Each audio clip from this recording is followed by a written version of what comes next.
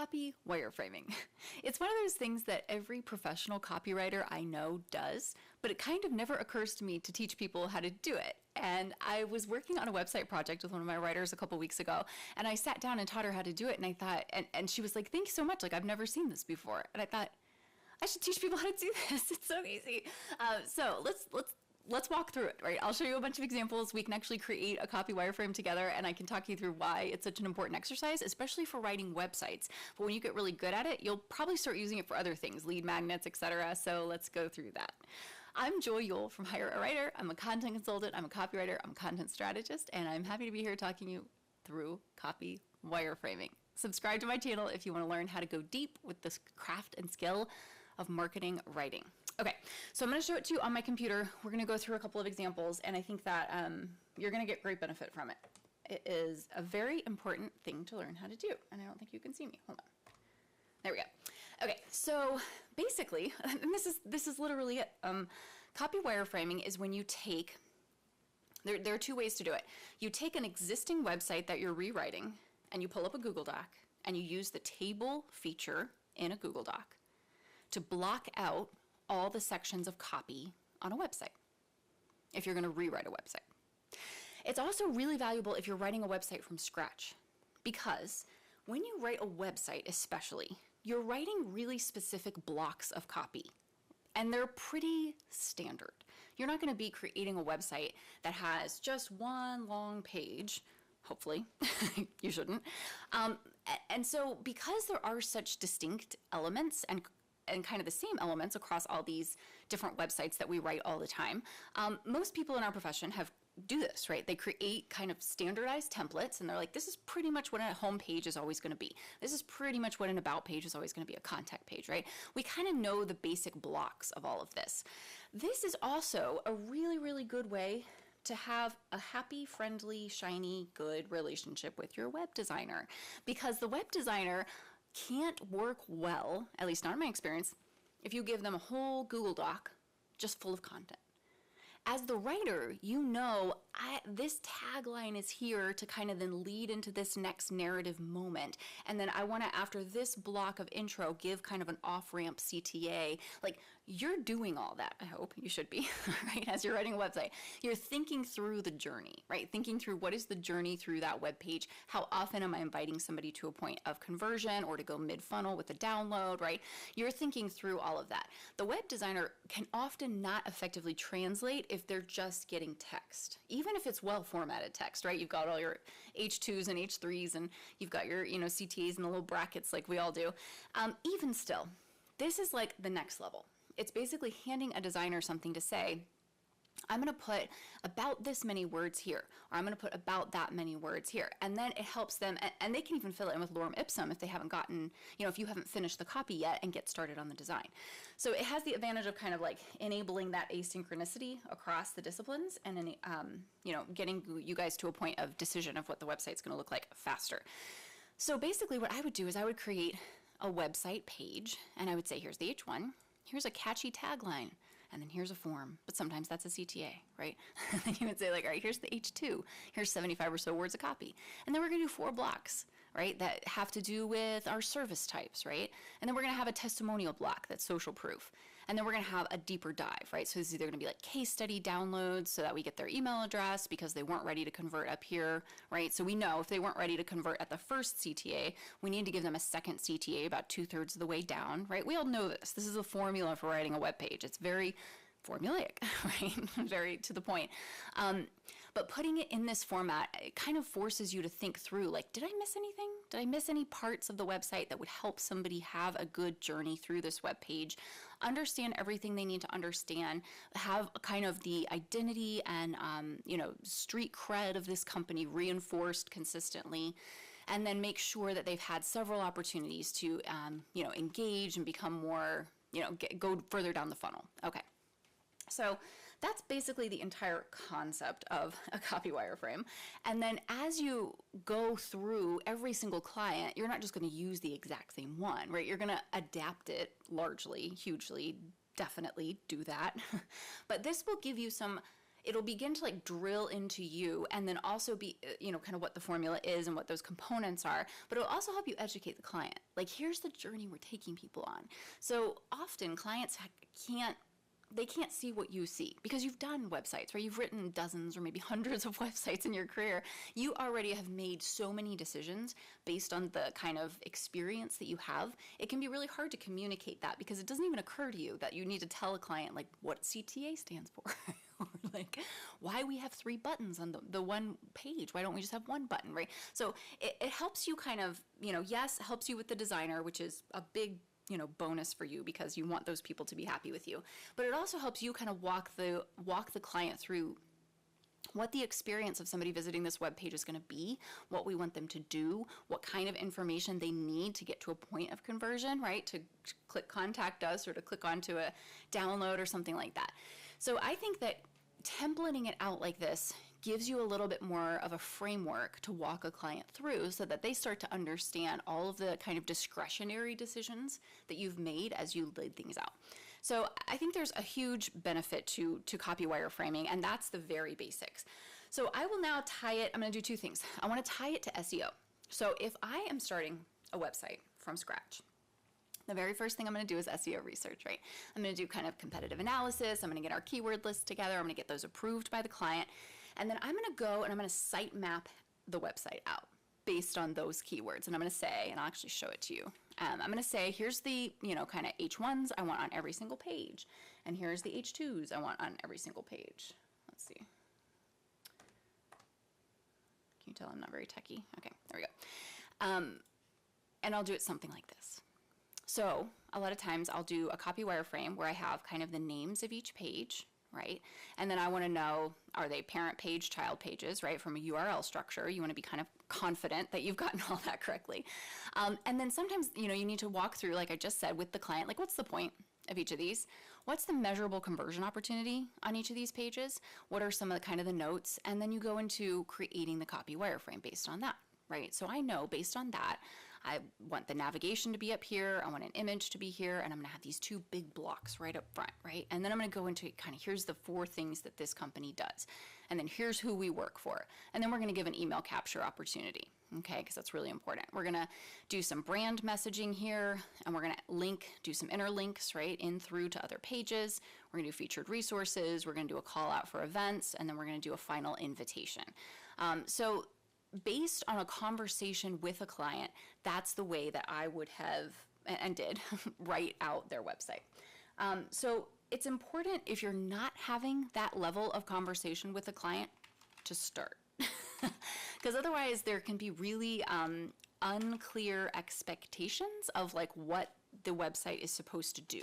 Right? They're going to think the website is magic, or they're going to think the website starts performing for SEO in day 1, none of which is true, obviously. So it's really good to kind of think through and begin to work on those specifics. Now, that website was really about kind of the customer experience because it was a brand new company. This website rewrite is kind of a different example, and I just wanted to show you an alternate version of how I would site map it out. So in the first example, I did my site mapping on the left column and kind of indented parent and child pages. This website is far simpler, and it's more transaction oriented. So this is for a dry cleaning company. So basically what I did is I put out, here's the site map that we're going to write, and then here's going to be the H1 of each of those pages. Here's going to be the H2s of each of these pages. Here's any notes kind of that we want to have, right? Here's the so this is a local SEO strategy. So I made sure I kind of delineated what that meant, right? And then we kind of, as we go and go through the SEO research process, we're always going to be collecting blog ideas because we want to make sure that that's kind of clear. So then what we did is we went into each one of these and we created a wireframe for it. Okay, we indicate, all right, here's going to be kind of some of the header and nav things, and then we're going to go through, we're going to have an immediate CTA, right, again, because that's transactional, and then we're going to have our H2, we're going to have some additional content here, we're going to have some value propositions, and then we've got kind of this bullet point style, we've got all these local mentions, again, because it's a local SEO play, and then we go through the page, right, and so this is quite a long form page, as you can see. But framing it all out this way helps the client envision, like, this is exactly what we want it to look like. This is kind of going to have all the elements that are important for this page to perform well from a CRO perspective and from an SEO perspective. So those are the value of kind of wireframing each one of those out then is that we can either, and this was an existing site, so we're kind of rewriting it using existing blocks and things like that. And so I said at the beginning, you can do it that way, or you can do it from scratch without any kind of design scheme ready. But it helps bring clarity to what's going to be a button, what's going to be a call out, what's going to be a tagline, what has to be an H2 and what has to be an H3, right? And then what is the P tag text that's kind of reaffirming some of those strategic decisions from keywords and distributing it throughout the page. So a wireframe really helps bring order to that conversation so that you're not left with a lot of like reference materials across, okay, here's the design, here's the SEO, here's the, the CTAs, here's the form text, and you've got kind of 6 or 8 resources that you're constantly having to reference and revise as you make decisions through the process of writing a website. Okay, so that's the basics to copy wireframing and what it is. And like I said, it's just a table function in Google Docs, but it helps bring order to the decisions, the strategic, meaningful decisions that you are making as the copywriter. So I thought it would be good to do one together. So basically, I literally just put in, I almost always put in, here's the nav is going to be up top, right? And then on almost every website, you're going to start with a hero image, right? And so I would just do a table like that. And so I would have the hero text, and that's always going to be the H1, right? The hero text. And then almost always you're going to have some kind of subtitle, right? That's going to be like a value statement. Okay, some companies that's going to be like an authoritative statement. Some companies it's going to be, a customer centric. If you're writing a story brand website, obviously that's going to be kind of a description of the customer themselves, right? Of a pain point or a way that you solve problems or something like that. Okay, so that's probably how you would almost always do the first box, and you do some kind of CTA there. And then you may have a couple of sentences of P tag text, right?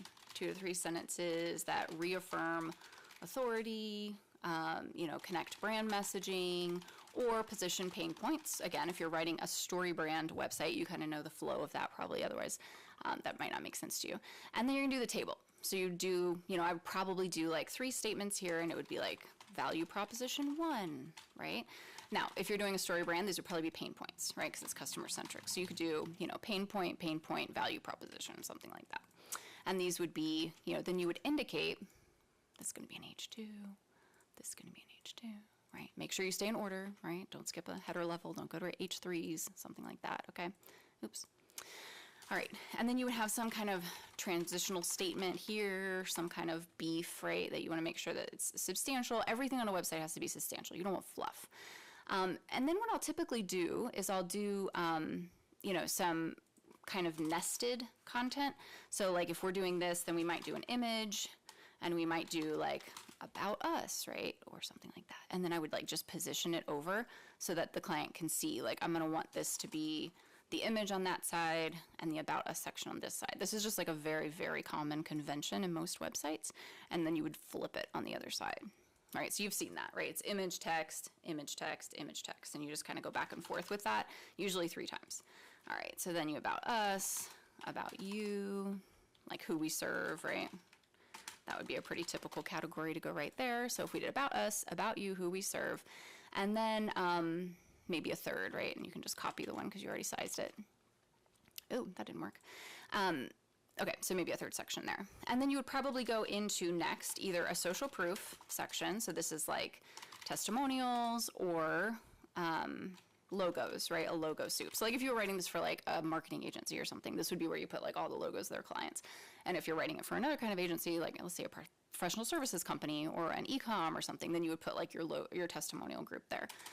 And then you would usually have some kind of other section that kind of goes deeper into services. You kind of want to take people on a journey, right? And then you're making a qualifying question. You're making a qualifying decision at this point. So if somebody's gotten that far down the page, what do we know? We know that they're interested enough to have gotten that far down the page, right? So they may be closer to a mid-funnel kind of MQL, which means we should give them an opportunity to convert. So then if we want to, we would do like a case study, image, an explanation with a pop-out form, right?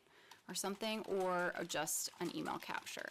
Give them some kind of opportunity right there in order to to investigate more and to trade you something for it, right? Because again, if they've gotten to that far down the page, then they're probably pretty interested.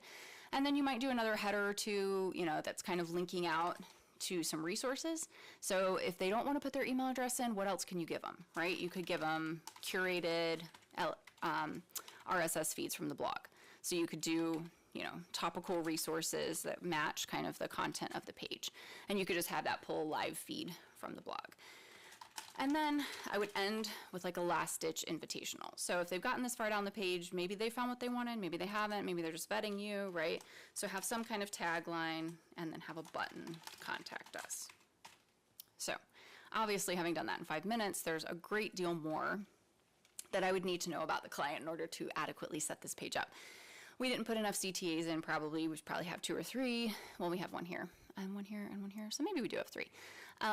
And there may be, some additional content related, right? Maybe you want to link out to the buy page if it's like an immediate transaction kind of, product. Maybe you want to link to the products page that tells them more about pricing or something like that, right? So there's obviously a vast number of additional considerations above and beyond what we just did, but that's as easy as it is.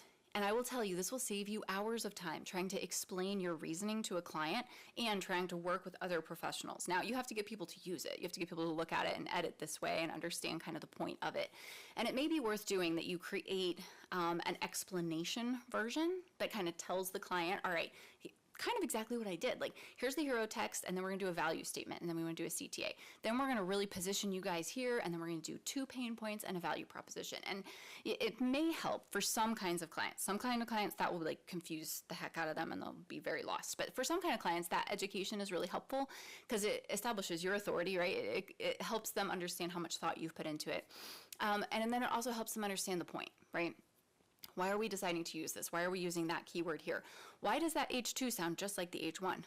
Well, our original SEO strategy was that we want to rank for this keyword, and ideally we'll also have these 3 keywords, which are variations of that keyword, as H2s on the page to support the H1, multiplying the SEO signal, right? So it gives you the opportunity to explain that. So I think that this is a really valuable thing to know how to do. Most writers I know, like I said, do it, and I think that it would be a really useful thing for you to begin doing. So if you have any questions, drop them in the comments. I'm happy to help. And I, subscribe to my channel, be around. You can go subscribe to our blog. We've got lots of great things on the Hire a Writer blog, and I hope this helps you out.